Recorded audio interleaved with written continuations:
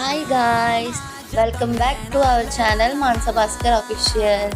ఈరోజైతే నా స్టైల్లోనే సింపుల్గా ఎగ్ రైస్ చేసుకోవడం ఎలా అని చూపిస్తాను. ఇది అందరికీ వచ్చు.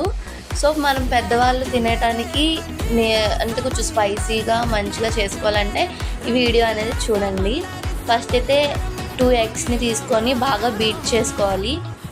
బీట్ చేసుకున్న తర్వాత బాగా మరుగుతున్న ఆయిల్లో వేసుకొని దాన్ని పీసెస్గా చేసుకోవాలన్నమాట. బాగా అందులోనే మనము ఒక ఆనియన్, 1 చిల్లీ చిన్న చిన్న పీసెస్గా కట్ చేసుకొని అందులో వేసుకొని బాగా ఫ్రై చేసుకోవాలి. బాగా ఫ్రై చేసుకున్న తర్వాత అందులోకి లైట్గా కొంచెం పసుపు, ధనియాల పొడి, కారం అన్నీ వేసుకొని బాగా కలుపుకోవాలన్నమాట. ఇప్పుడైతే కొంచెం నేను సాల్ట్ అనేది వేసిన వీడియో మిస్ అయింది. కొంచెం సాల్ట్ వేసుకొని బాగా ఫ్రై చేసుకోండి. మళ్ళీ కూడా నేను సాల్ట్ అనేది వేసాను. ఇక్కడ అడ్జస్ట్ చేసుకోండి. సాల్ట్, కారం, మసాలాలు అన్నీ మీకు మీ దగ్గర వీలైతే చికెన్ మసాలా, గరం మసాలా ఉంటాయి కదా, అవన్నీ అందులో వేసేయండి. టేస్ట్ బాగుంటుంది. అండ్ ఇప్పుడైతే నేను రైస్ తీసుకున్నాను. రైస్ తీసుకొని బాగా మిక్స్ చేయాలి.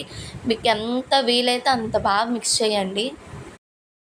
మిక్స్ చేసుకోవాలి. ఎంత వీలైతే అంత బాగా మిక్స్ చేసుకున్న తర్వాత మీ కాడ కరివేపాకు ఉంటే కరివేపాకు, కొత్తిమీర ఉంటే కొత్తిమీర.